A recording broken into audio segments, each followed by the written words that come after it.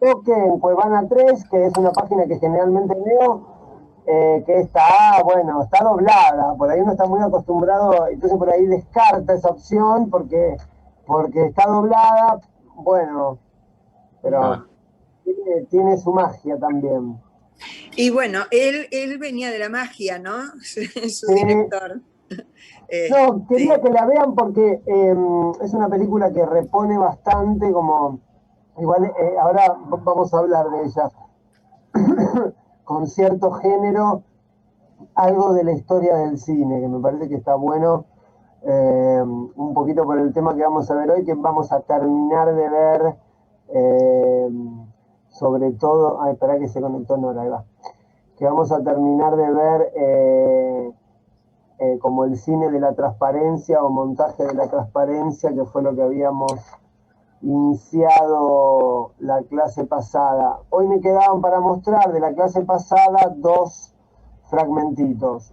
Uno de Apocalipsis Now, que no se los dije la sí, clase pasada, se los digo ahora, sí. y otro de Asesinos por Naturaleza, que ya pertenece como a la esfera del cine contemporáneo posmoderno. ¿La vieron, Asesinos por Naturaleza? De no. Oliver Stone. ¿No la vieron? Pero ¿qué No. estaban haciendo en los 90? ¿Qué estaban haciendo? Estaban haciendo plata, porque o sea, si no, no se entiende. ¿Qué estaban haciendo en los 90? Estaban cambiando dólares. No puedo entender. Es como la película que inaugura. ¿Vieron? ¿Se acuerdan? Bueno, CQC, que era de cuatro cabezas, tenía otro programa más independiente que se llamaba El Rayo. ¿Se acuerdan del Rayo? Sí, sí. Ese programa de Pergolini que estaba Débora del Corral. Bueno, El Rayo fue como el programa que trajo, digamos, a la televisión el tipo de montaje que propone Oliver Stone en Asesinos por Naturaleza, que para mí es una de las películas más claras para hablar. Primero del montaje, porque tiene un montaje que en principio yo no vi en otras producciones, o sea, es como, y es del 94 más o menos, los pongo en situación. ¿Se acuerdan o más o menos pueden contextualizar el caso O.J. Simpson? ¿Saben quién es O.J. Simpson? Sí. ¿Alguno sabe? Sí, sí, mira. Hola. Bueno, O.J. Simpson, no sé qué, sinceramente, no sé qué estuvieron haciendo en los 90. Para mí estaban en Cancún. O sea, no pudieron ver nada. O sea, O.J. Simpson es como una especie de Maradona del fútbol americano, que después se hizo actor. En La Pistola Sí. Desnuda es el negro, para que lo ubiquen. Bueno, Ah, cuando ah, O.J. Simpson mata a su mujer, que es una sí, persecución muy famosa, sí. se empieza a poner en discusión en Estados Unidos los medios que pueden convertir todo en un espectáculo. A partir, por ejemplo, de el caso O.J. Simpson, es que, por ejemplo, se reestrena Chicago de Bob Fosse, que era una comedia musical de los 70, de fines de los 70, y su ex novia, que es Anne Raikin, que es la que hace de novia en All That Jazz, más o menos para que se ubiquen, digamos, vuelve a poner en el centro de la escena el tema de la cultura de masas y los medios masivos de comunicación, que me parece que es particularmente de lo que habla Asesinos por Naturaleza. Para el que no la vio, son como dos, Bonnie and Clyde, eso seguro que lo saben quiénes son Bonnie and Clyde, seguro que lo saben. Sí, Bonnie and bueno, Clyde contemporáneos, digamos, pero que no roban bancos, matan gente, básicamente. ah, ¿Quiénes La son los película es de actores, Juan? Juliette Lewis, que era como la chica linda de los 90, no sé si la vieron ahora, campaña contra las drogas, pones la foto de Juliette Lewis y te va bárbaro, quedó media rara, que es la hija de Nick Nolte en Cabo de Miedo.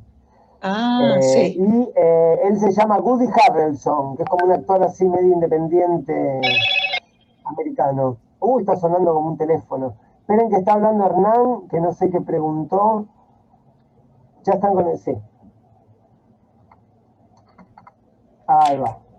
Bueno, esperen que voy a buscar el link. Voy a dejar el link. Esperen, me anda complicado el internet. Bueno, esperen un cachito, a ver. Tengo el link acá. Son dos links, porque está en dos partes. Una dura 2 minutos y después creo que continúa. Si no, veamos solamente el primero y listo, porque después quería ya pasar a Apocalipsis Now. De igual manera, de lo que vimos la clase pasada, que vimos como esa división entre cine de la transparencia, realismo, cine como heredero de la fotografía, que sería lo que funda de alguna manera, por lo menos el pensamiento y la ideología del cine moderno después de la Segunda Guerra Mundial, que no solamente se refunda el cine, sino que se refunda el mundo. Hasta yo diría 1972, hasta principios de los 80. O sea, hasta el consenso de Washington, más o menos. El cine como que piensa un poco en esas categorías, por lo menos el cine americano. Bueno, ¿les quedó alguna duda? ¿Pensaron algo? Viendo por ahí, Hugo, hola Hernán, ¿cómo andás? ¿Cómo va? Cuando vieron Hugo, ¿pensaron algo? ¿Linkearon con algo? Lo que quieran. Si tienen alguna idea, se les ocurrió algo. Estamos mucho tiempo encerrados, es el momento para las ideas. Y es invierno, o sea que ya no hay excusas. Una de las cosas que se decía en otra época era que los países que tienen más frío, Alemania, Francia, son los que dan los mejores pensadores porque te obligan, bueno, estamos en esas... No estaría sucediendo que estén apareciendo grandes pensadores gracias al encierro. Se ve que no era el encierro, era otra cosa. Pero bueno, no importa. ¿Pero se les ocurrió algo? ¿O tienen alguna duda? Algo de lo que estuvimos viendo hasta ahora. Si no, pasamos... Hernán, estamos hablando de que vamos a pasar unos fragmentitos de Asesinos por Naturaleza, que no sé si la viste, es de Oliver Stone. Para mí es la película como bisagra de Oliver Stone, que después ya empezó a hacer... O sea, para mí un director medio, podemos decir, medio político, hizo películas como Salvador, JFK, que para mí son grandes películas, yo no sé si las vieron, particularmente JFK es una gran película. Bueno, música de... ¿Cuál? Ah, sí, exacto, sí. La fui a ver con mi papá y mi viejo no entendió nada y me dice en un momento... No, que no se entiende nada, absolutamente nada. No. ¿Cuál? Se fue mejor. Asesinos por Naturaleza. Alguien para que Zoila me está preguntando cuál es el link. Es el que está en el grupo, ¿no? Esperen que se lo tengo que copiar. Ya lo mío es un apostolado directamente, o sea, no. Esperen un cachito, a ver, copiar enlace como. Un apostolado. No.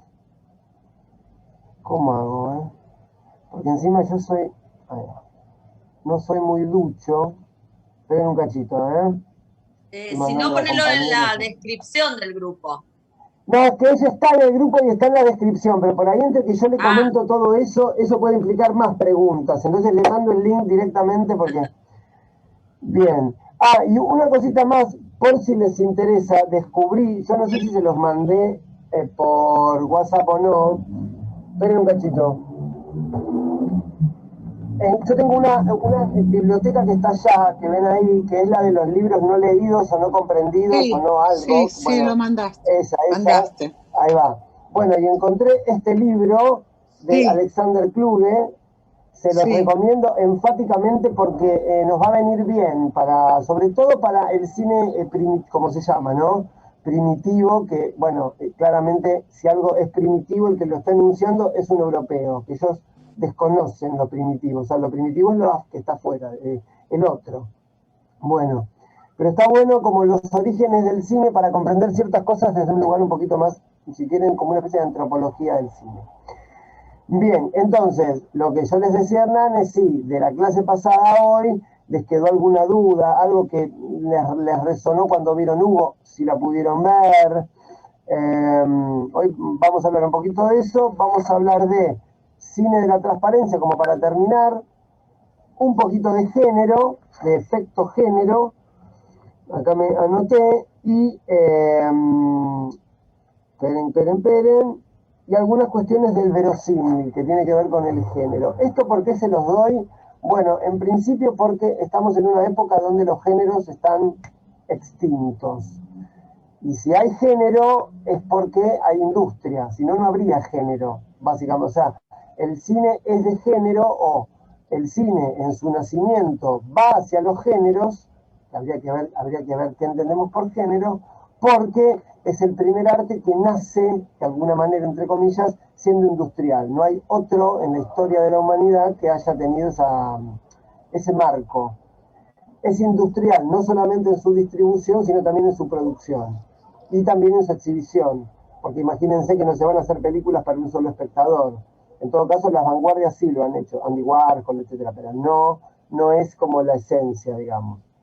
Entonces, es importante entender cómo están unidas cine clásico, género, industria y transparencia, porque si no, no se entiende nada. ¿Alguna pregunta? Esperen que me están encontrando admitir.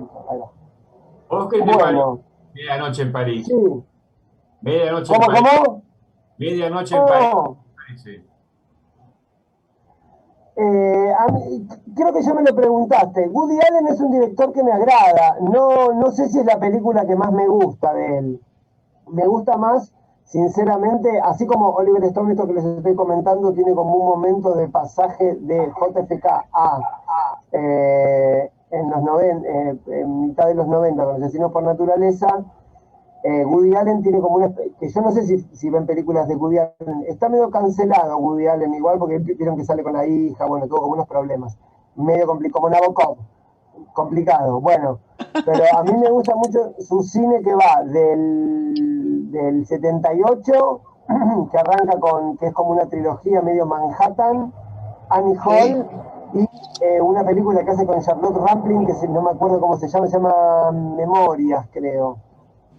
Porque Pero, antes él hacía... ¿Cómo se llama? pero digamos que es una película contemporánea, ¿no? Sí. Es una película contemporánea en el sentido de que los que la vieron es una película que retoma elementos del pasado. Es casi como esa novela que describe Jameson en el texto que les mandé. Empiecen a ver los textos, porque por ahí en algún momento digo, bueno, clase que viene y son textos áridos. Entonces, véanlos porque... Muy áridos. Muy áridos. ¿Cuál leíste, Susana, que te pareció muy árido?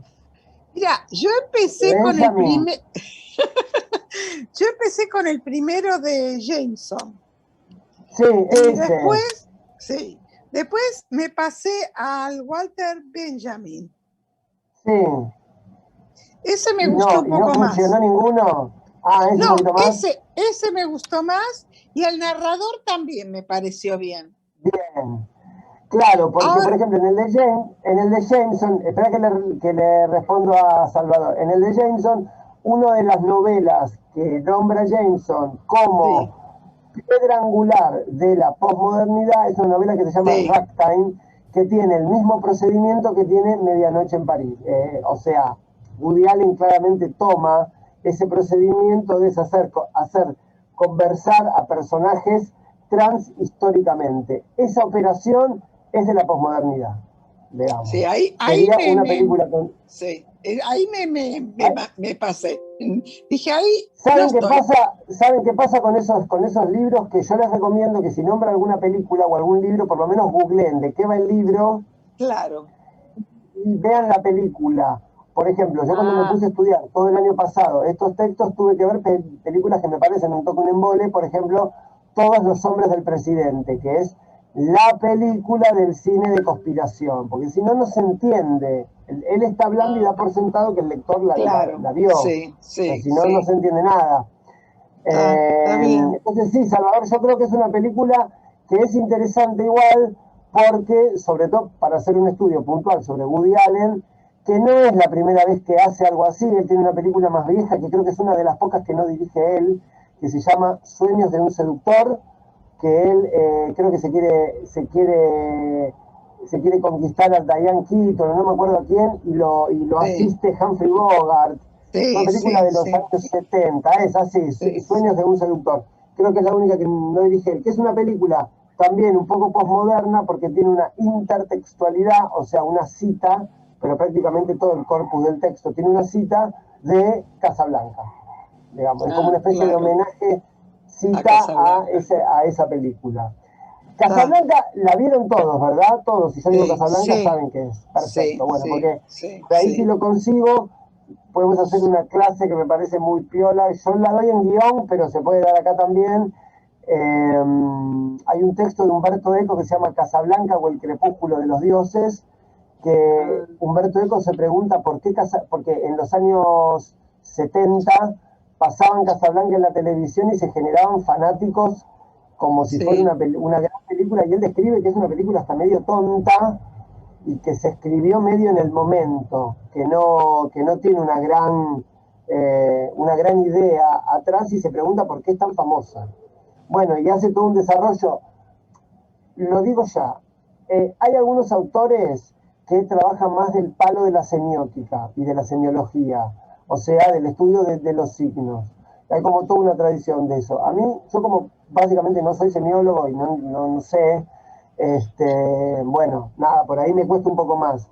Walter Benjamin, Escuela de Frankfurt, Jameson, me copa un poco más porque es más marxismo, más una mirada más política, porque si no es puramente textual. Justamente de donde estoy sacando algunos temas es del libro Estética del Cine, que son herederos de Christian Metz. No sé si les suena, es un teórico, un semiólogo que trata, es el primero que mete psicoanálisis lacaniano, o sea, semiología, y tiene un libro que se llama El significante imaginario, que es bastante conocido, que es justamente un oxímoron, porque significante nunca puede ser imaginario. Bueno, y hace todo un desarrollo como textual del cine. Pero eso es más para la academia. Creo que no nos sirve a nosotros pensar desde ahí y sí tomar algunos temitas. Bueno, ok. dicho esta intro, hola Pedro, ¿cómo andás? Me siento como un conductor de tele que saluda a gente, que no le habla. Bueno, ahora gente va a ir hablando. Bueno, entonces, les voy a copiar el link de Asesinos por Naturaleza. Traten de ver fundamental, lo voy a poner en el grupo, ya lo puse en el grupo y lo pongo acá en el chat. O sea, está en el WhatsApp y lo voy a poner acá. Eh, Esperen un cachito, ahí va. Bueno, vamos, dura 2 minutitos. Lo vemos y después comentamos. Ok.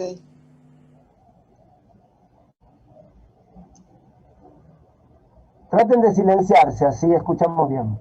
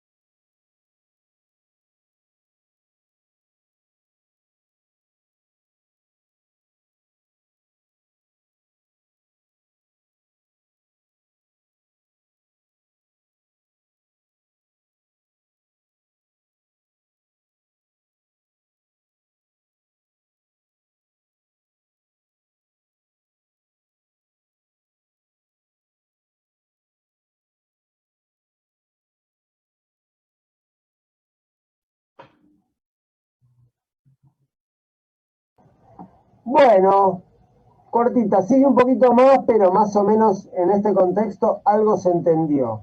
Bien, ¿qué les pareció el montaje de la película? ¿Les parece que, por ejemplo, es montaje de la transparencia o no? Los que lo vieron.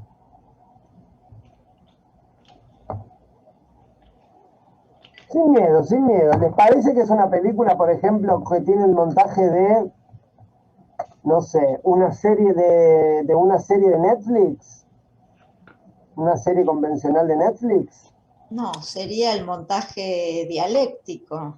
En realidad es una especie de montaje dialéctico, pero como está como extremado ustedes piensen que el montaje dialéctico surge alrededor de 1920, por ahí, post-revolución rusa. Esta película tiene 70 años más, o sea que hay como toda una operación sobre eso, pero sí, es un montaje que está opinando, digamos, por encima del contenido de la imagen. Eso como primera medida. O sea, que es una película, que va a ser toda así, es una película que no le interesa el ocultamiento del procedimiento cinematográfico. Eso ya es toda una posición política e ideológica con respecto al cine.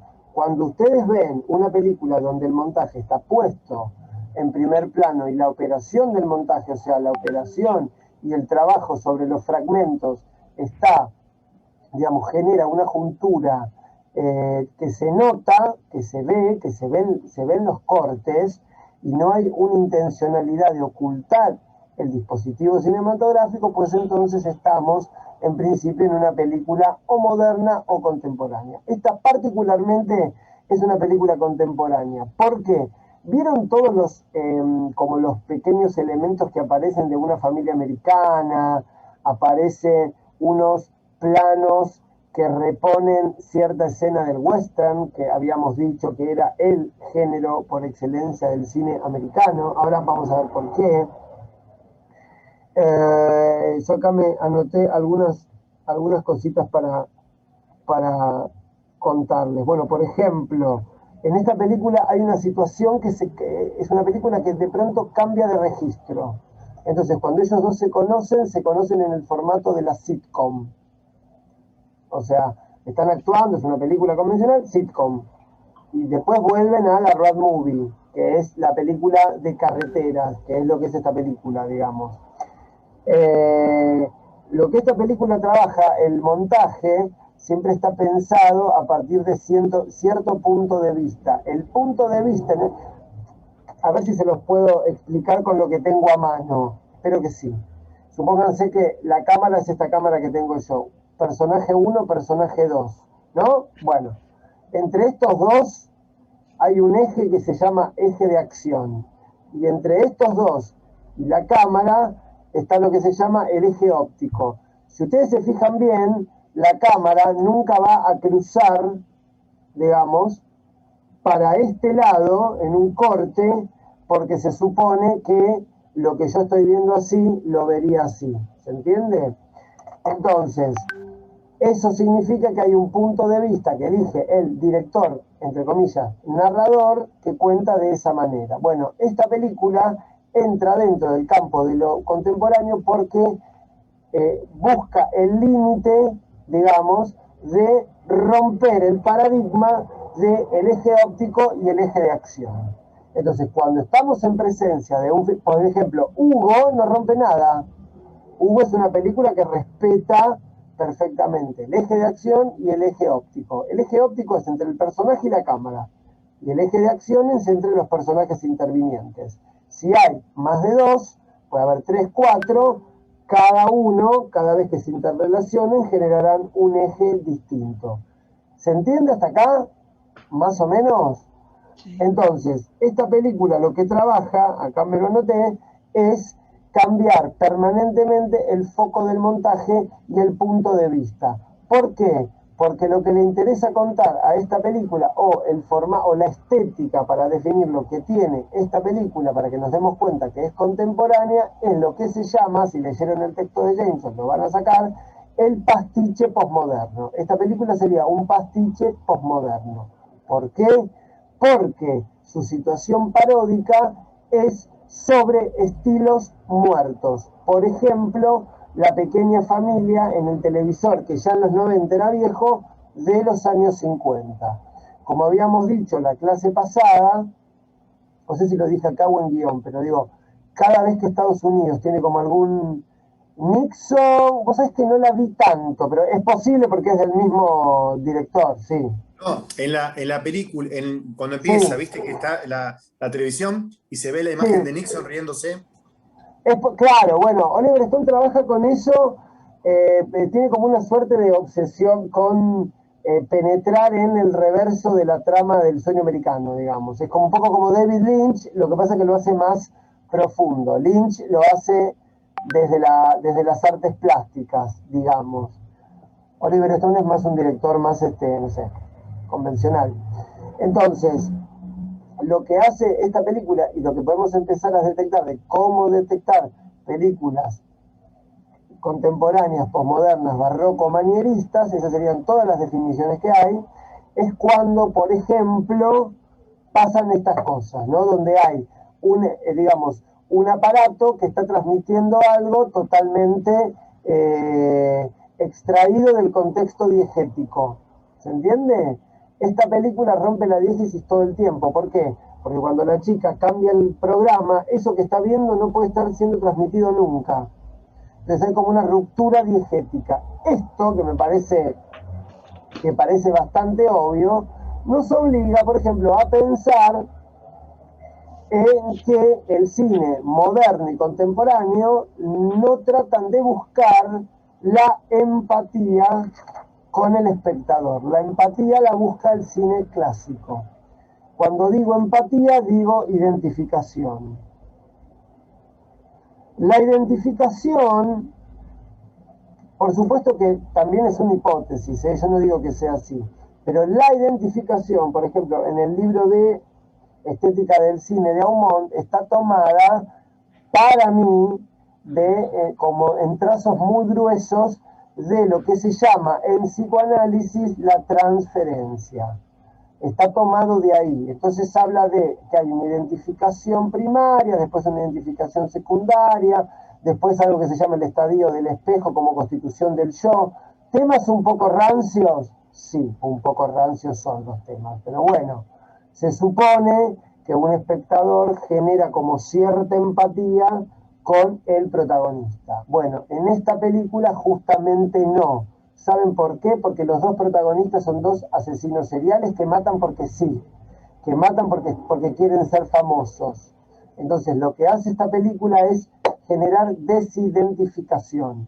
La pregunta que habría que hacerse ¿es posible interesarse por un film donde el protagonista nos genera rechazo? Traten de recordar qué películas han visto donde el protagonista les genera rechazo. Profe, no hay tantas. Sí. Yo justo hace poquito vi una película que es bastante nueva, se llama Descuida, yo te cuido, está en Netflix, sí. Y justamente los dos personajes como antagónicos son los dos como también que generan rechazo, porque uno es, ella como la protagonista cuida abuelos y en realidad es una estafadora, y bueno, no quiero contar más, pero como que el antagónico también. Sí.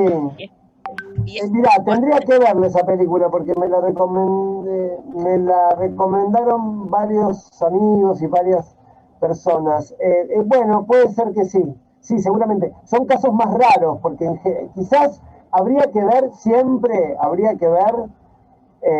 por lo menos el cine clásico piensa de esta manera. Cuando hay un personaje muy desagradable, obviamente moralmente estamos hablando, es una cuestión moral. Cuando hay un personaje que es moralmente repudiable, la constelación que lo rodea es moralmente más repudiable que él.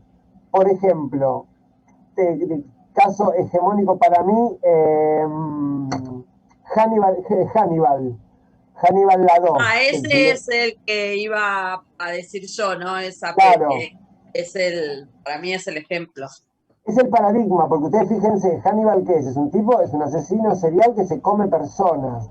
Ahora, él no se come a cualquiera, y en la 2, todo el entorno policial, institucional, todo es gente repudiable. Entonces, él, que parece que es un poco más honesto que los demás, o un poco más noble que los demás, y más sofisticado que los demás, no queda tan mal. Por eso le ponen al malo que le ponen, a ese tipo que no tiene cara, que tiene un ojo que está en silla de ruedas, o sea, como que o sea, el malo es muy malo, porque si no, no se sostiene.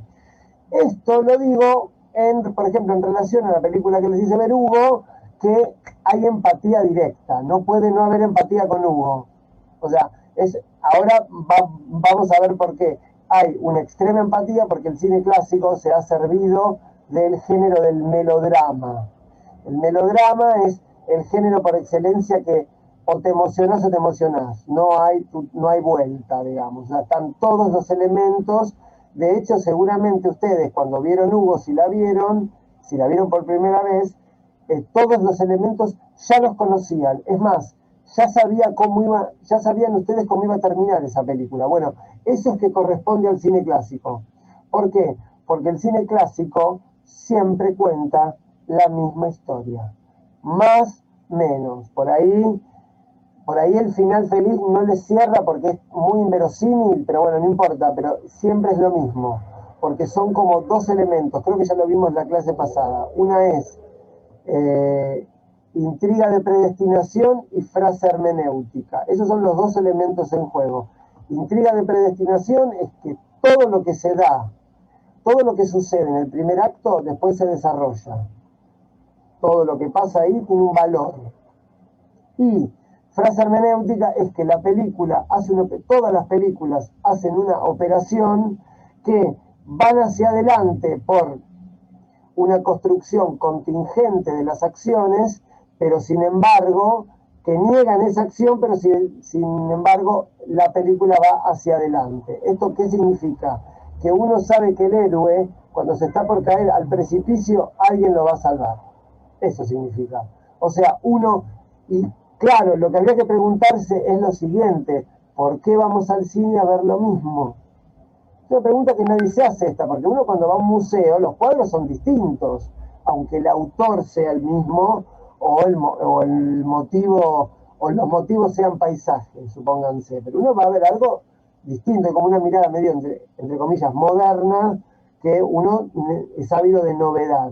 Sin embargo, en el cine, por lo menos el sustrato narrativo es siempre el mismo. Nunca se preguntaron por qué siempre van a ver lo mismo. Es más, nunca se preguntaron por qué uno ve una película muchas veces. Por ejemplo, una película que pueden... Ahora no sé si pasa porque yo hace mucho que no tengo tele, pero cuando yo era un poco más chico, en Canal 13, Volver al Futuro, ¿cuántas veces la vieron? 10, 15, toda la saga. Y bueno, y uno la sigue viendo y parecería que se sigue como relacionando con ese objeto, que es raro, porque o sea, uno no va al teatro 3 veces a ver una obra. Es raro. 3 veces no. Pero una película uno la consume más de una vez, y la película medio en su formato mainstream o en su formato más clásico siempre repite el mismo modelo. A mí me sorprende esto. Obviamente que hay algunas respuestas, pero qué sé yo, uno toma Coca-Cola y sabe que es mala y la toma igual o fuma, qué sé yo. Sería lo mismo medio, como ir a consumir lo mismo. No sé, es para pensar. Bueno. ¿Qué más? Bueno, una cosita más de Asesinos por Naturaleza. Primero, fíjense cómo la película ya plantea que va a trastocar cualquier tipo de, por decir de algún modo, de verosímil cinematográfico. Primero que nada plantea un horizonte en diagonal, que es algo medio extraño en el cine. Siempre el horizonte es recto.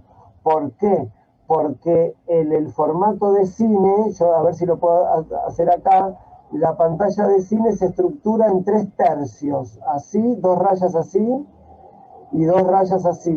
Eso supuestamente organiza la mirada. Si yo tengo un plano inclinado, la mirada está desbalanceada. Bueno, eso me está hablando de que no es una película clásica, digamos, de que no es un relato tradicional. ¿Se entiende? ¿Hasta acá se entiende o más o menos? ¿Estamos? ¿Sí? Bien, bueno, queda un minuto. Ahora cuando volvamos, vamos a ver el comienzo de Apocalipsis Now, lo comentamos y pasamos al tema de hoy, que es el final de Cine de la Transparencia. Así que nos desconectamos y nos volvemos a conectar. Bien. Bien. Bueno, a ver, primera pregunta. Apocalipsis Now, ¿cine clásico, moderno o contemporáneo? ¿Qué les parece? Contemporáneo. Contemporáneo. No. Moderno. Es moderno, porque tiene una búsqueda de estilo propia. Tiene una búsqueda de estilo propia. Quiero decir, esto igual hay que aclararlo, porque en realidad, si no estamos diciendo cualquier cosa, las categorizaciones son arbitrarias. O sea, por ahí Hernán vio, qué sé yo, no sé, vio sobreimpresión de planes y dice, eso me parece que tiene más que ver con el contemporáneo y está bien. A mí me da la sensación, por los textos que comentan Apocalipsis Now, etcétera, que es una película más moderna porque Coppola es realmente un autor. Entonces, la lógica del autor al nivel Coppola, que no hay tantos iguales, Hitchcock, Coppola, Orson Welles, no hay tantos.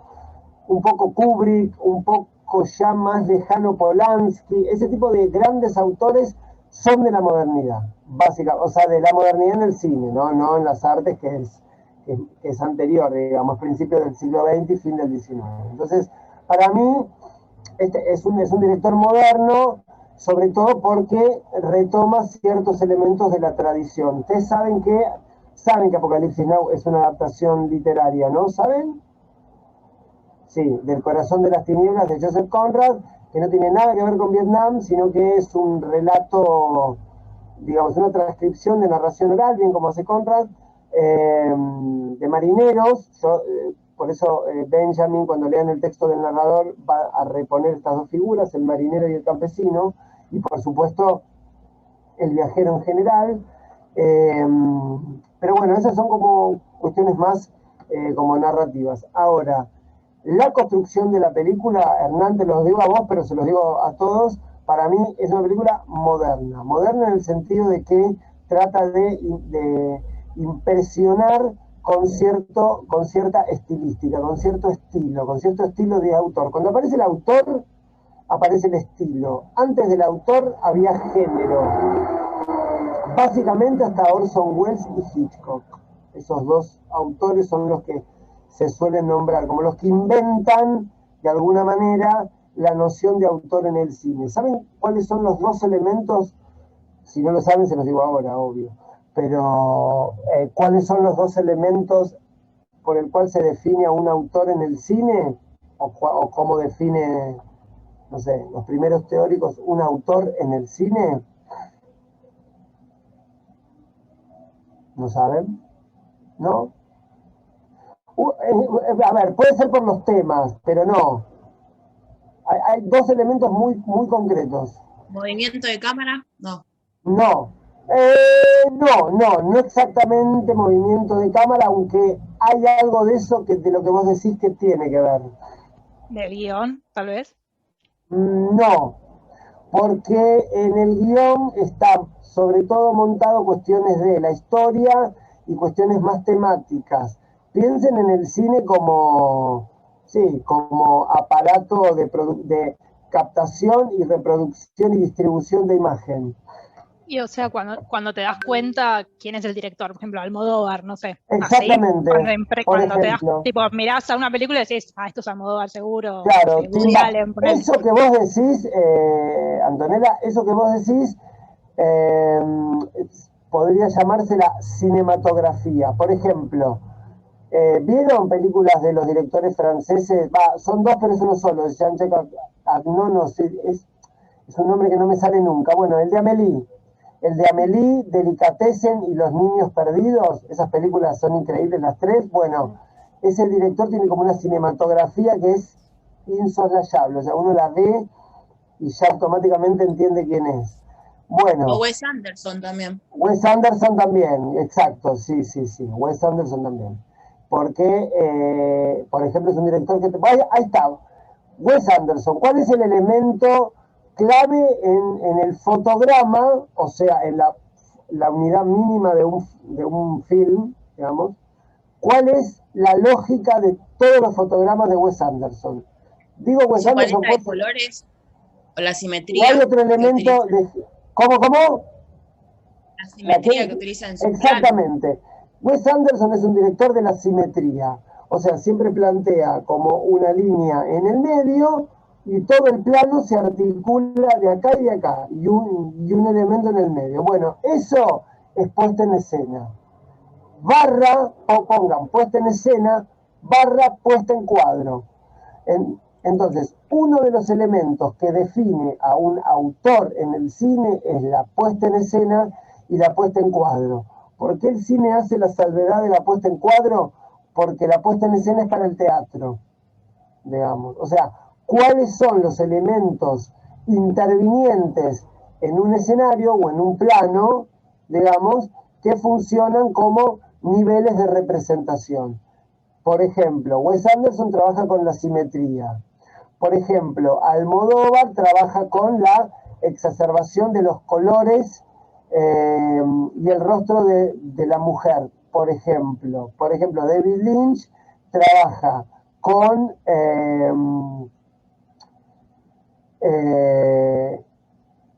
digamos, con algo que se llama los pliegues de la imagen, pero siempre son como planos texturados. Recordarán Twin Peaks que hay un telón rojo atrás. Bueno, eso se llama como la imagen neobarroca, que ya lo vamos a ver. Por ejemplo, Tim Burton trabaja con la fábula medio gótica de esos personajes con ojos grandes y con los pelos así, entre el blanco y el negro. Bueno, Hitchcock, ya lo dijimos la clase pasada, como es católico, trabaja con una figura siempre de que el hombre está en una permanente caída, la caída del ser humano abandonando el paraíso, entonces siempre personajes que están colgando, es como una figura, pero que define. En La ventana indiscreta también pasa, y en la del Monte Rushmore también, que no me acuerdo, Sabotaje. Está en Sabotaje, está en Psicosis, creo, está en La ventana indiscreta y está en Con la muerte en los talones. Siempre hay como una, y en Vértigo también, obviamente que ella se termina cayendo. Digo, hay como elementos que se repiten en esa puesta. Cualquier autor tiene una puesta muy concreta. Kubrick es exactamente lo mismo, un poquito más denso que Wes Anderson. De hecho, Wes Anderson es como Kubrick más Reina Rich. O sea, vos sumás a Kubrick con Reina Rich, te da Wes Anderson, digamos. Es como todo, con la particularidad que los niños son adultos y los adultos son niños. Y así son todas sus películas. Digamos, es como esa niñez desvalida. Otro autor que trabaja con la niñez desvalida es, por ejemplo, Spielberg. Es un director que uno rápidamente entiende que tiene una puesta en escena muy concreta, digamos. En general, yo les digo, no siempre, porque claro, como son autores de metagénero, o sea, trabajan todos los géneros, como Kubrick, Spielberg, Polanski, Scorsese trabaja todos los géneros. Díganme qué tiene que ver Hugo con El irlandés y con Buenos muchachos. Nada, y sin embargo es el mismo tipo. Porque bueno, trabajan, o sea, se meten en todos los géneros. Bueno, Spielberg es un director, por ejemplo, que trabaja siempre con la cámara desde la mirada de los niños, digamos. Lo que dice un autor, no me acuerdo cuál, que por eso es tan exitoso en Estados Unidos, que parecería ser que el espectador promedio de las películas en Estados Unidos son más infantiles. Entonces, la mirada de un niño como Spielberg, que es medio un niño y que se copa con los tiburones, con los dinosaurios, con esas cosas, medio para los chicos, medio. Aunque lo lleva a gran escala, pero son intereses que tienen los chicos, los dinosaurios, ET. Vean lo que es ET. O sea, es una película que uno le cuesta creer que un adulto la haya pensado, porque es para los niños. O sea, bueno. Entonces, una de las características. ¿Cómo? Coppola. Coppola es otra cosa. Coppola es un. Bueno, Coppola, por ejemplo, así como imagen, Coppola también trabaja los géneros. Por ejemplo, yo te diría que los años 70, que lo cerrarían 3 películas Apocalipsis Now, La Conversación y las dos sagas del Padrino, trabaja, por ejemplo, la imagen, por ejemplo, una imagen texturada en sepia, por ejemplo. Es una característica que tiene, y tiene una iluminación desde arriba. Si ven El Padrino y todas las demás, bueno, esta que vimos tiene la misma iluminación. ¿Les sonó parecida la textura, por ejemplo, de esta película y la del Padrino? ¿O no? Como un naranja, que allá arranca con la explosión, como un naranja. Igual, de igual forma, por ejemplo, hay autores que son más claros y autores que son menos claros. Por ejemplo, Ridley Scott es un autor, uno diría que es un autor. Yo no llego a ver, ¿saben quién es Ridley Scott? ¿Les suena? Alien 1, Thelma y Louise, ¿o no? ¿No? ¿Sí? Bueno, no me parece que tenga signos autorales tan fuertes, por ejemplo. Hay autores que no lo tienen, pero se lo consideraría un autor. Hay autores que son buenos artesanos, por ahí un autor como Kubrick es más complicado. Entonces, puesta en escena, cómo articulan los elementos es una de las características. ¿Cuál piensan que puede ser la otra para definir un autor en cine? Es un poco el tema que estamos viendo. Yo hago una pregunta. Sí, el montaje, muy bien. Sí, Antonella, ahora vuelvo, Roberto. De lo anterior. La utilización, por ejemplo, de ciertos actores o actrices. No sé. Sí, claro. Eso también es como característico Sí, cuando ves lo una que película. pasa- Yo soy media, tengo Alzheimer con Totalmente. los nombres y apellidos de las actrices y actores. Tengo como Sí. ese problema. Pero a veces me pasa que veo una película y digo, este es este director porque nada, conecto. A veces no, pero digo, Sí. puede ser también un Mirá, recurso hoy en día, ¿no? A mí me parece, ahora voy, Roberto, espera que le responda a Antonella. A mí me da la sensación que, sobre todo en el cine clásico, estos autores que nombramos, sobre todo Hitchcock, bueno, Kubrick y Coppola más o menos, pero Tim Burton, hay autores que tienen su propio elenco prácticamente porque gustan de ciertos rostros. Por ejemplo, David Lynch, las mujeres de David Lynch, que siempre protagonizan sus películas, tienen cierto tipo de rostro. Isabella Rossellini, la chica que hace de Laura Palmer, Naomi Watts, tienen como cierta cara. Y son todas protagonistas mujeres, son mujeres que están en problemas en general, con fuerzas que desconocen. Eso sería Lynch, por ejemplo. Y siempre tienen su musicalizador. Por ejemplo, lo que dice en el libro Truffaut, hablando con Hitchcock, es que cuando se fue, que la decadencia de Hitchcock comienza también cuando que se llama Bernstein, creo, que nace todas son rubias, sí, exactamente, sí.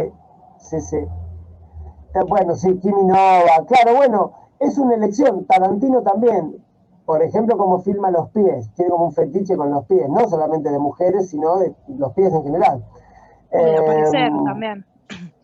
Y de aparecer él como Hitchcock, digamos, como esa broma, digamos.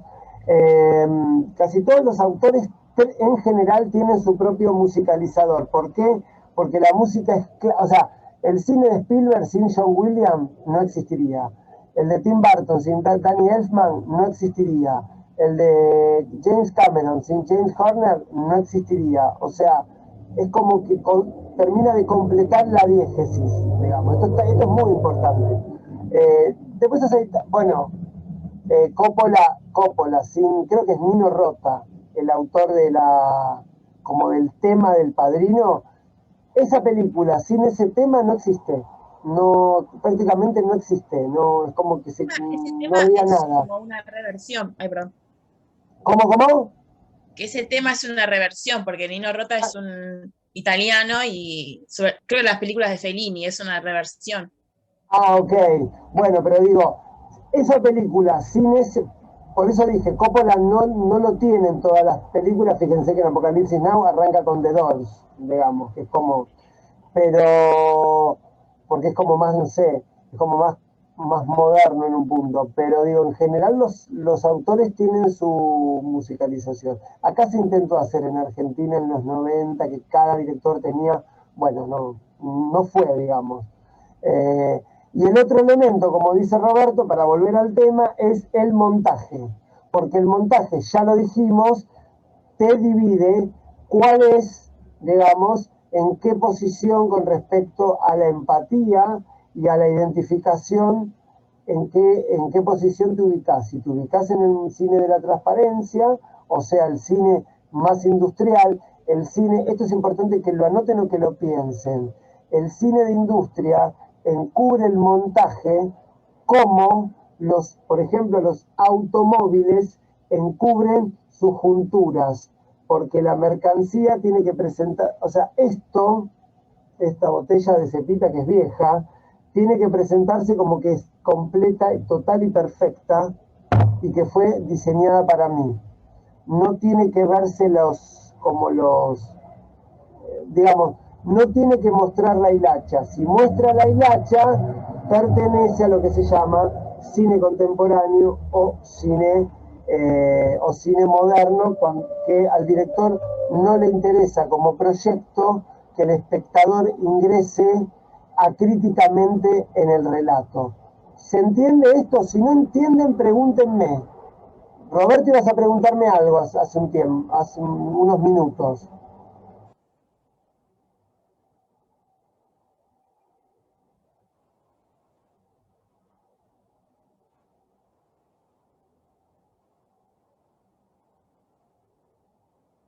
Posible. Es posible, lo que pasa es que hay un momento, claro. ¿Eso en qué película lo viste o lo leíste en algún lado? Ah, ok. No, porque en cierto momento, claro, porque él filmaba en Inglaterra, lo traen los estudios, todavía lo controlan y después se convierte en Hitchcock y ya era incontrolable, digamos. Pero bueno, sí, son esos directores de la transición, digamos, ¿no? Que están en la transición entre el cine clásico, que acá noté, ¿no? Cine clásico y como empatía, o sea, como identificación directa, y el cine moderno, que lo que trata de hacer es de generar, hay un ruido acá afuera que no sé si están haciendo un corso, no sé, que trata de desactivar o por lo menos generar un nuevo tipo de percepción. Algo importantísimo que tienen que tener en claro. Cuando vean que una película o un film lo único que busca es cierto orden, cierta simetría, pues están en presencia del cine clásico.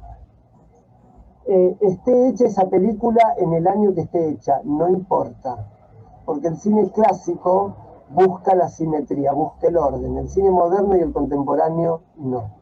Entonces, si no busca el orden y la simetría... ¿Cómo? ¿Anónimo veneciano qué? No la vi.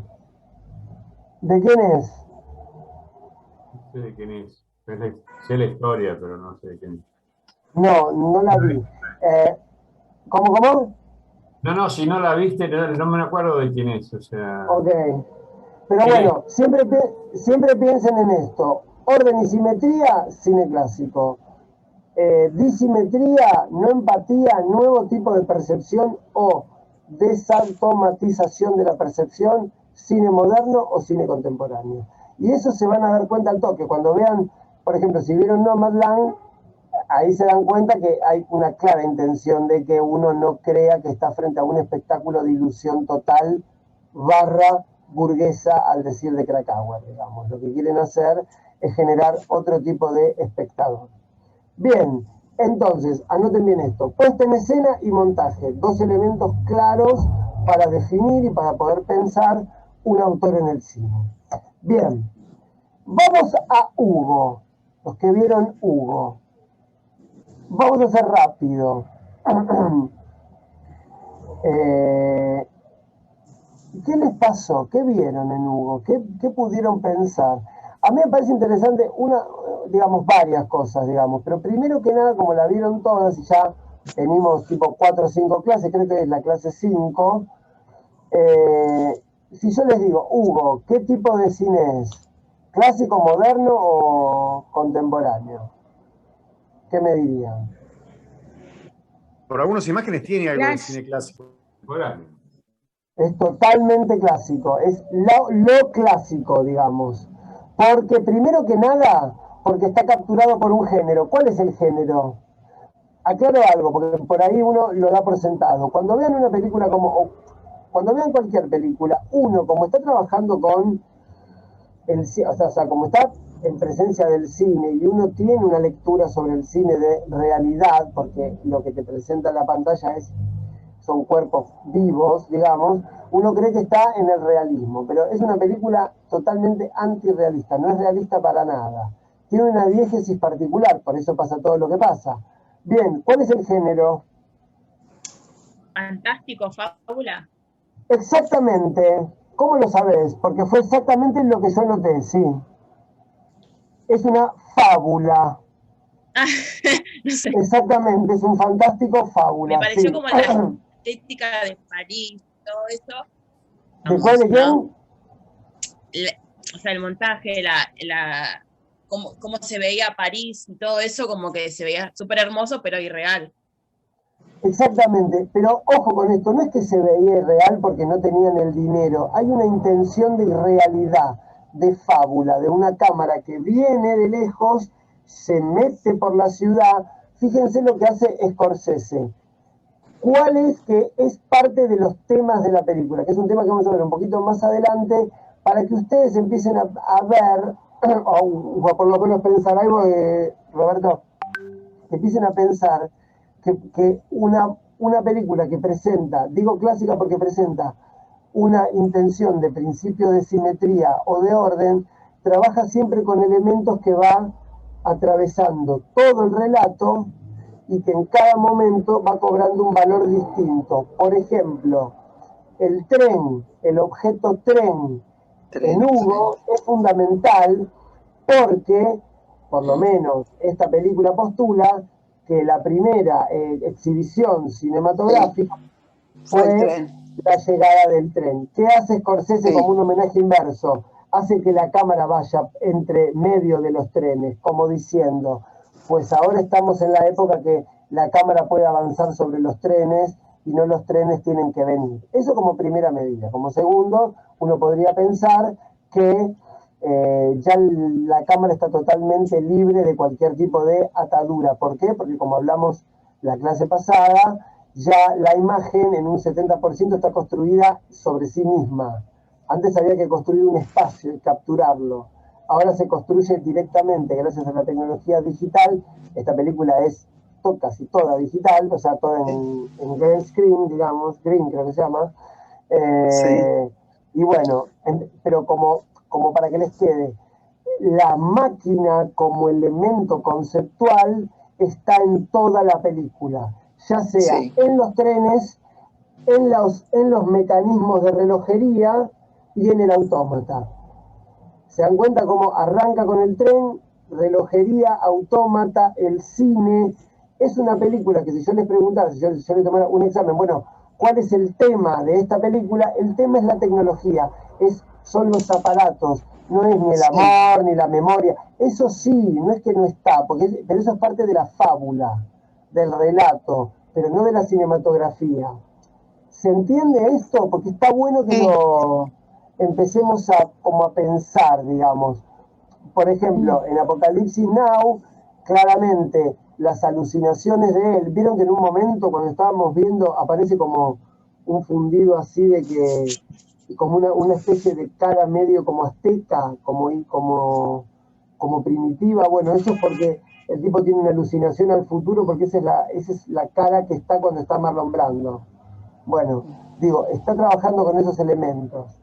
Bien, Roberto, ibas a hacerme una pregunta.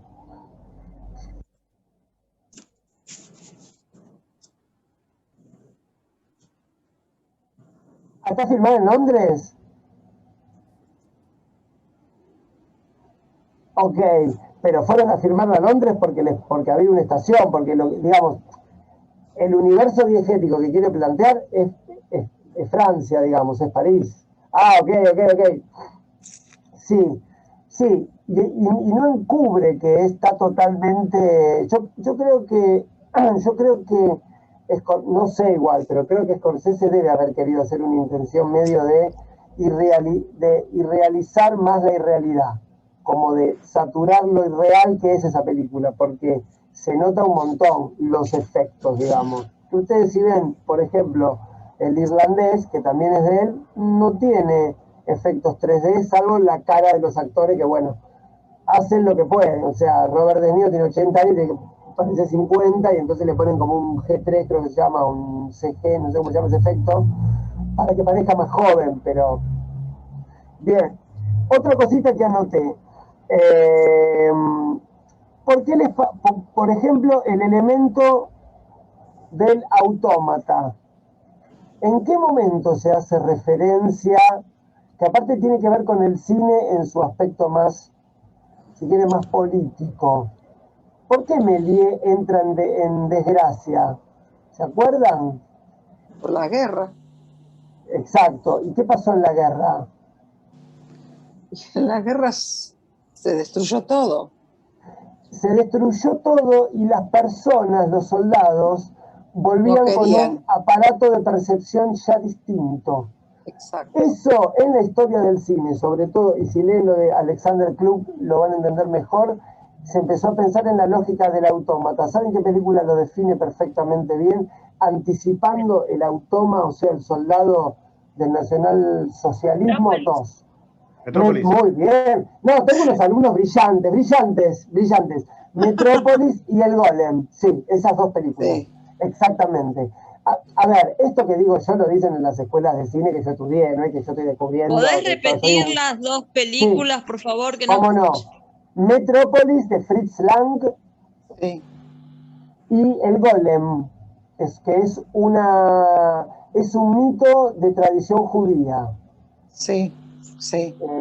Que le meten hay varios, hay uno que hay que meterle un coso en la boca, otro que no. Pero No, ya en realidad hay que hacer es una frase que está en la Torá. es una frase que está en la Torá. Muy bien. Exacto. Bueno, eso. Y nada, es como que los historiadores de cine ven, tanto en Metrópolis como en El Golem y en otras películas más también, El Último Hombre, lo que se llama el cine de la República de Weimar, que se llamó, seguro que lo conocen todos, expresionismo alemán. No sé si vieron películas, Sí. Nosferatu, que es un personaje que se parece más o menos a mí. Bueno, eso, digamos. ¿Cómo? La segunda, ¿cómo se llama? Una es Metrópolis, ¿no? Nosferatu, El Golem y Metrópolis. Esas son las dos del autómata. M, el vampiro, sí, ese es del 30 y pico también. Sí, claro, son todas las de Fritz Lang, sí. Sí. Es cine de la República de Weimar, que creo que es la República, que es la República anterior o la Constitución política y social anterior al nacionalsocialismo, creo. Bien, entonces, no por casualidad, Scorsese toma esta figura del autómata como medio, por lo que cuenta digamos, en la trama, como que ese autómata es lo que finalmente provoca el nacimiento del cinematógrafo, o por lo menos su maquinaria. Bien, algunas cositas más. Por ejemplo, hay dos elementos un elemento y una figura que se repiten todo el tiempo, que está bueno detectarlo. Siempre está bueno cuando vean alguna peli de estas características. Por ejemplo, en Nomadland esto no sucede porque tiene otra lógica, que es, por ejemplo, los ojos que miran por cerraduras. Ojos que miran por cerraduras, que es una figura hitchcockiana, digamos, es la permanente, por decir de algún modo, reminiscencia del cine. Digamos, el cine, cuando quiere pensarse a sí mismo, pone a alguien mirando por una cerradura. Recuerden la famosa escena de Psicosis, cuando Norman Bates saca el cuadro y mira a Marion, que hace como ese procedimiento. ¿Cuántas veces la llave en forma de corazón? ¿A qué te referís, Hernán? ¿Te acordás que había un mecanismo que tenía una forma de corazón? Sí. Que la había perdido y tenía que construirla, y tenía una forma que estaba en el librito. Sí, Pero pará, ¿con qué lo metaforizás eso? ¿Cómo lo linkeás? Estabas hablando de las formas. Total, sí, exactamente. Sí. Bueno, una cosita que tiene que ver más con el. Ahora vuelvo sobre esto, pero que tiene que, porque si no me lo olvido, que tiene que ver con el guión. Ustedes fíjense que cómo se da lo que Humberto Eco llama la pérdida de la incredulidad. ¿Cuántas son las posibilidades que había de que un nene que trabaja con su tío en los relojes y quiere reconstruir un autómata se encontrara con el creador del autómata en París? ¿Cuántas? Una en cuanto cero. Y sin embargo uno acepta que eso es que posible. Lo encontró. Claro. Que lo encontró y que ella tiene porque encima la tía se Sí, lo ella dio tiene. el corazón. Bueno, eso es la fábula, eso es el género, digamos. Eso funciona por el género. Sí, pero esto para que veamos cómo establecemos pactos simbólicos inmediatamente, o sea, si no fuera por el género, eso no sonaría raro. Hoy una de las cosas que quería, igual estamos como siempre, 8:15. Ustedes me hacen hablar de más, entonces no terminamos los temas, es imposible. Claro, es el tema de la doxa. El género está sostenido en la doxa, o sea, en el sentido común. O sea, uno ve una película de acción y porque el sentido común acepta que en las películas de acción, por ejemplo, yo no ando en auto, pero por ejemplo, si uno se pega un palo con el auto, un poquito lastimado, un golpecito, se da, es que yo no ando en auto, no sé andar en bicicleta prácticamente, o sea, estoy ahí de ser un, no sé. Bueno, en las películas de acción, un auto pega una vuelta así, cae, choca, y la persona sale caminando y se prende un cigarro. Sí. Sí. Bueno, eso es por género, porque si no, no se sostiene. Este ejemplo que parece brutal, de obvio, digamos, es lo que sostiene nuestra percepción. Digamos, como para entender por qué funciona una película como Hugo, porque si no, no tiene sentido. Aparte, que el personaje de él era malo y después era bueno, es de género. Eso se llama una intercomunicación actancial. Después vamos a ver si llegamos en, no sé, 2 años, porque si seguimos así, 2 años dura el curso, más o menos, cómo el villano pasa al ayudante y, miren, ¿vieron Ben Pose? No, yo es la única serie que veo. Vos sí, yo sé que Feli ve. Bueno, en Pose, la que ahora es la buena y la ayudante de la protagonista, la temporada pasada era la mala. Siempre es así. O sea, cuando el relato es muy extenso, tienen que cambiar los actantes porque si no es medio complicado. Bueno, quedan 15 minutos. Nos desconectamos y nos volvemos a conectar, así arrancamos con el tema de hoy. Otra vez, y es así. No me dieron el premium. Ahí vamos. Entonces, para terminar un poco, siempre traten de, a partir de ahora, cuando vean algún film, traten de ver si es de género y cuál es su género, digamos. Si les pasa la disyuntiva de que es de autor y es de género, pues entonces están, al decir que Fredric Jameson, están en un metagénero. O sea, que es un autor metiéndose en un género, va a modificar ciertas normas, ciertas reglas de ese género. Por ejemplo, El Resplandor de Kubrick. Nadie diría que El Resplandor es una película de terror simplemente. Una película de terror simplemente son, por ejemplo, estos bodrios de El Conjuro, que lo único que provocan es el sobresalto. Como que todo el tiempo es el sobresalto. Es que yo estoy acá, me agacho, me levanto y tengo una monja atrás que me tapicí. Si yo me agacho y tengo una monja, me voy a asustar, es obvio. Pero digo, como que perdió cualquier tipo de inteligencia, el efecto. Porque en realidad los intelectuales o la gente que estudia cine y qué sé yo, detesta un poco el cine de género porque las películas de género tienen... A ver, ¿qué tienen las películas? Olvídense de la industria, ¿qué tiene el género que puede llegar a quedar medio baladí, por decirlo de alguna manera, medio como burdo? Y demasiado previsible. Pero previsible que, olvídate de la narración, tiene algo que es previsible. Y no sé, vos recién hablaste de las películas de terror. Por supuesto. ejemplo, el Yo puse otro ese día ejemplo. agarré una película Sí. cualquiera y empezó entre la música y determinadas tomas que yo dije, uy, es un bodrio de terror. ¿Qué película era? ¿No te acordás?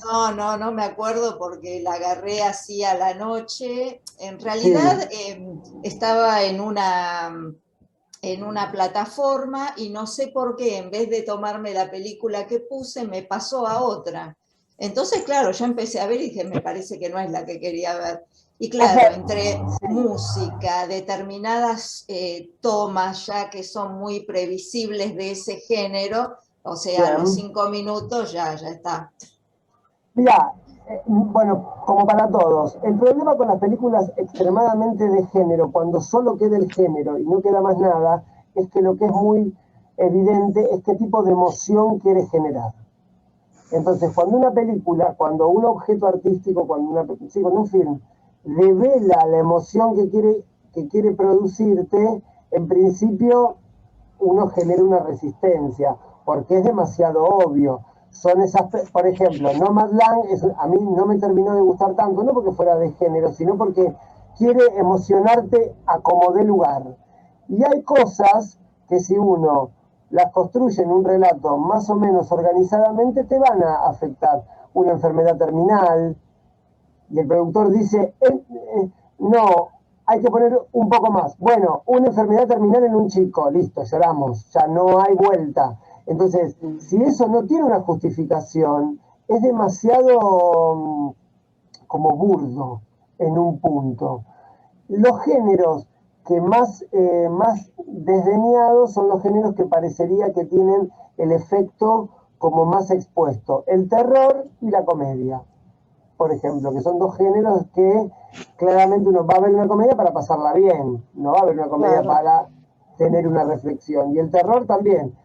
Igual el género de terror, después lo vamos a ver si podemos en detalle en una clase por ahí de cine bizarro, que es como un tipo de cine, digamos, en realidad para qué se usaba el género de terror, qué fue lo que, o sea, cuál era el verdadero objetivo, digamos. Bien, vamos a arrancar, faltan 7 minutos, pero para darles algunas cositas más. Primero que nada, ¿por qué les parece que hay géneros? ¿Por qué hay industria? ¿Por qué les parece que el cine, digamos, se inventa el aparato, se inventa el cinematógrafo? Sí. Una vez hay 3 máquinas. La última, la Penny Arcade, que es esa que se veía así, que uno miraba y hacía así. Bueno, de ahí cine. Bien, de ahí industria. ¿Por qué la industria trabaja con género? ¿Por qué no dijeron, bueno, hagan películas? No, hagan. ¿Por qué trabajan porque van referidos a un target, digamos, a un tipo específico de público. Perfecto. Ahora, yo te diría, bueno, está bien, sí, como cualquier industria tiene que definir a su consumidor. Perfecto, estamos en siglo XX, sociedad de consumo, post años 50, recontra sociedad de consumo.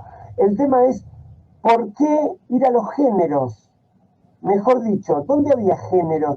¿Qué géneros toma el cine? ¿Y de dónde los toma? De la literatura. Muy bien, toma de la literatura, que sería el drama, la tragedia, la historia. Y, por ejemplo, los musicales, ¿de dónde los toma? El teatro. Exactamente, de Broadway. O sea, toma instituciones ya comprobadas, digamos. Entonces, hace adaptaciones literarias que ya fueron comprobadas, toma, si tienen ganas de aburrirse un montón, pueden ver el Napoleón de Adele Gans, de ahí el pedo, donde tomaban grandes personajes de la historia. Por ejemplo,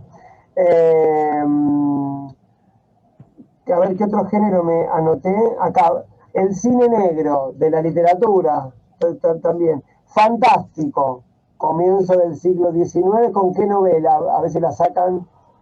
¿Quién inventa el fantástico? Julio Verne. Moby Dick. Es ciencia ficción.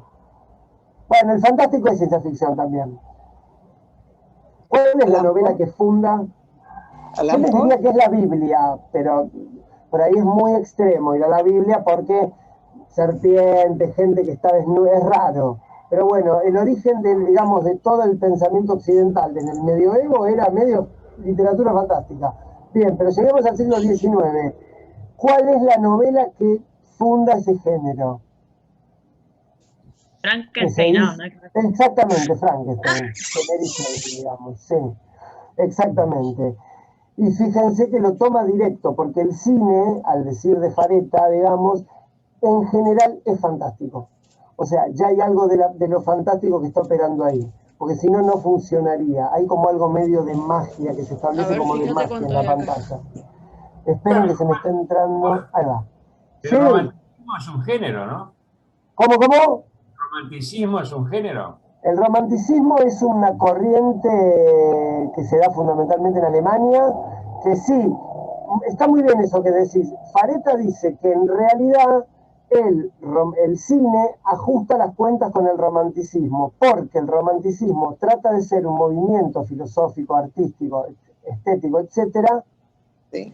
contra el pensamiento liberal industrial que había en ese momento. Lo que Fareta dice, pero Fareta ojo con esto porque a veces se pone medio carcamán y lo querés matar, pero igual es inteligente. Dice que el cine, detectando que los poetas, artistas, filósofos románticos terminaban medio locos, como Edgar Allan Poe o Baudelaire, Rimbaud, etc., lo que dice es, el cine toma la misma lógica de oponerse. Esto es discutible, si quieren lo discutimos en la clase que viene porque es raro. Lo que él dice, yo no estaría tan de acuerdo. Que el cine, por lo menos ideológicamente y políticamente, se opone a una mentalidad liberal burguesa capitalista.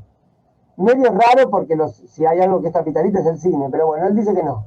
Pero bueno, no importa. A lo que voy, Salvador, con tu pregunta que está muy acertada, es que él lo que dice es que todos los poetas románticos, digamos, que es como una concepción del mundo, terminaron locos, que el cine tenía que hacer lo mismo con poder, por eso inventan los estudios. O sea, tenían que hacer lo mismo con una maquinaria enfrentada a la maquinaria industrial burguesa capitalista. Bueno, se las dejo picando, digamos. O sea, lo que dice Fareta es que los derrotados en la guerra de secesión, o sea, Griffith, derrotado por la industrialización del norte de los Estados Unidos, toma la máquina, digamos, y le devuelve como una ideología más cercana a, sí, podría ser, a el romanticismo, a lo sublime, a la belleza, o sea, toma la máquina para hacer belleza, que es de alguna manera lo que querían hacer el movimiento, digamos, el romanticismo, que les repito, es un movimiento que incluyó fundamentalmente en Alemania y que incluyó un montón de filósofos, escritores, pensadores, artistas, etc. Más o menos se entiende esto último. Tómenlo como una idea de un autor, que a mí me parece interesante porque yo no se lo escuché nombrar a otro autor. Es un autor argentino que se llama Ángel Fareta, que es pseudo-italiano, creo que es italiano, es ítalo-argentino, es muy exaltador de la cultura italiana. Y gusta mucho de este cine de industria. Y él postula esto que me parece interesante, digamos, que por qué el cine se vuelve algo decisionista, o sea, tiene que tener poder de decisión, porque si no, el arte como tal, para oponerse al, entre comillas, ahora diríamos, porque somos todos Foucaultianos, al poder, lo que necesita es un contrapoder con la misma fuerza, porque si no te quedas siempre, no sé, en la marcha, en la movilización, digamos, en la asamblea permanente. ¿Se entiende esto? ¿Sí? Sí. Bien. Entonces, yo lo que puse acá es lo siguiente. Puse, vamos a la transparencia, queda un minuto, o sea, el tema que yo quería darles hoy, un minuto. Bárbaro, no, soy un genio de la pedagogía. Bueno, soy el Paulo Freire de la pedagogía actual. Bueno, no importa, igual lo podemos retomar la clase que viene. Igual les aclaro, siempre que tengan preguntas o si vieron algo, tráiganme porque a mí me sirve para pensar otros temas. Yo tengo un solo tema y estudio toda la semana para ese tema y por ahí me pierdo de otros. Bueno, pero lo que tienen que entender es esto, que les sumo un conceptito más. ¿Qué es esto? que tiene que ver con lo que preguntó Salvador recién. La transparencia en el cine, o sea, que no se note la juntura, que sea un cine que fluya entre plano y plano, que no se note, es el elemento del cine clásico. O sea, cuando vean transparencia, cuando vean raccord, o sea, enlace entre un plano y el otro, después yo les anoté que hoy no vamos a llegar, los tipos de raccord, etcétera. Bueno, del cine clásico, yo me voy a saltear el moderno, saltemos esa categoría, del cine clásico al cine de la autoconciencia. Hay un momento en que el cine se pone autoconsciente consigo mismo. Se pone consciente. ¿Qué sería la autoconciencia? Por ejemplo, los films de Wes Anderson son autoconscientes. Todo lo que nosotros vemos en la película ya tiene una referencia. O sea, la película es, entre comillas, consciente de lo que está representando. El Ciudadano Kane es una película de la autoconciencia. O sea, es una película que tiene toda la historia del cine volcada sobre sí misma. ¿Se entiende? Hay películas que no tienen eso. O sea, hay expresiones artísticas que les llevó muchos años eso. Yo les diría, la pintura o las artes plásticas, podríamos pensar que su autoconciencia se da en el Renacimiento. Bueno, pues si pensamos eso, del Renacimiento a las cuevas de, no sé cómo se llaman, las cuevas de Altamira, pasaron 1500 años, 3000 años.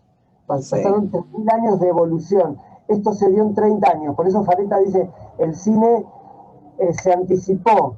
Él lo llama con nombres complicados porque es muy formado en, como ¿cómo que lo llama? Signo meduseo, como que se anticipa, ¿no? Como de medusa y queda como de piedra, como que se anticipa. Es como que llega demasiado rápido a la autoconciencia. Pero claro, si hubiera leído Marx, entendería, yo creo que leyó Marx igual, que cada vez con el capitalismo los procesos históricos son más cortos. Fíjense ustedes esto, y ya con esto terminamos para no... Voy a deprimirlos ya. Bueno, de que surgió Internet ahora pasaron 20 años, más o menos 20 años acá. Si son muy millonarios, por ahí tenían en el 96, 97, pero si somos todos medio pobres, como todos creo que somos, 2001, 2000, 2002, bueno, más o menos. Pasaron 20 años y ya Internet es parte de nuestro ADN. Se acortó. En cambio, de que llegó, ni hablemos en Argentina, que Entel te traía el teléfono y 2 años después te traía la línea. Pero bueno, eso no importa. Pero digo, ¿cuánto tiempo tardó en la tecnología caer en nosotros? Muchos años. Cada vez se acorta más. Entonces el cine es la única expresión o el único arte que se volvió autoconsciente en menos de 40 años. Entonces nada, es algo como para tener en cuenta que todo lo que vemos todo el tiempo tiene la historia del cine inscripta en sí misma. ¿Dónde pasa eso? En el cine contemporáneo. El cine contemporáneo es autoconsciente. O sea, Tim Burton es autoconsciente. O sea, todo lo que vemos en sus películas tiene una opinión, una reflexión sobre sí mismo. Wes Anderson es el que más, para mí, por lo menos, porque todas sus películas remiten a otras cosas, a constelaciones de referencias. ¿Se entiende esto, más o menos? Sí. ¿Sí? No es un tema fácil, pero está bueno, no sé, el cine de David Lynch es autoconsciente, totalmente autoconsciente. Tiene sobre todo toda como una memorabilia y como un imaginario del cine de los años 50. Fíjense, Blue Velvet, es una canción Blue Velvet. Vean cómo empieza Blue Velvet, que aparece un bombero desfilando así, saluda, una gente regando unos jardines. Es como que tiene ya toda la historia de la imagen y del cine en sí misma. Por eso son directores contemporáneos posmodernos. ¿Se entiende? Igual les hago una salvedad. No, yo a veces lo hago porque tengo que dar clase, pero bueno, quizás no estaría bueno que recortemos, digamos, bueno, este director es este es este, porque quizás hay películas que sí y películas que no. Claro. Entonces digo eso, como que tengamos presente eso, que por ahí hay películas que sí, proyectos que no, épocas de los directores que sí, épocas que no.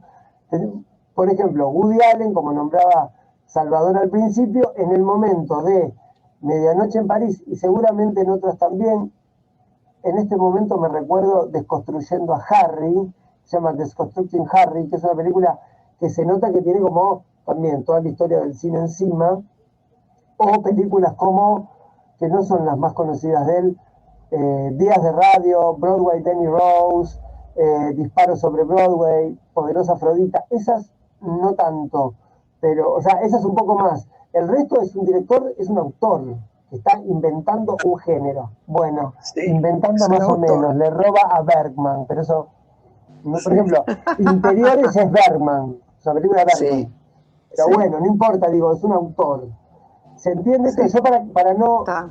que por ahí hablan con alguien y dicen, no, porque el profesor dijo, no, pero eso, si vos ves esta película y tienes razón, porque es muy difícil decir, este autor es acá, uno siempre tiene como un intento de categorizar porque le es más fácil. Pero bueno, digo, porque digo, El Padrino, ¿qué tiene que ver El Padrino de Francis Ford Coppola con la que hizo en Argentina Tetro, con actores argentinos, que es mejor agarrarse los dedos con la puerta varias veces que ver esa película? Y sin embargo son las dos de Coppola, digamos. Bueno, les di un renglón de todo lo que había anotado, miren acá, todo lo que tenía acá para comentarles. Bueno, no importa, no importa. No falten la clase que viene y estén atentos que yo les puedo mandar en cualquier horario una película que se me ocurre, 3 de la mañana, 4, domingo, porque soy así, ya sépanlo. Ya sépanlo. Bueno, sí, Con un link. sí. Bueno, si quieren ahora les mando el link. Lo más posible es que el link, lo más probable es que el link esté en castellano, porque No yo la película importa, cuando no la encuentro importa. la veo. Sí. ¿Ok? Ok. Bueno, chiques, nos vemos el viernes. Chao. Chao, Nos gracias. vemos, Chao, Juan. Juan, Nos vemos. gracias. Chao, Nos chao. vemos.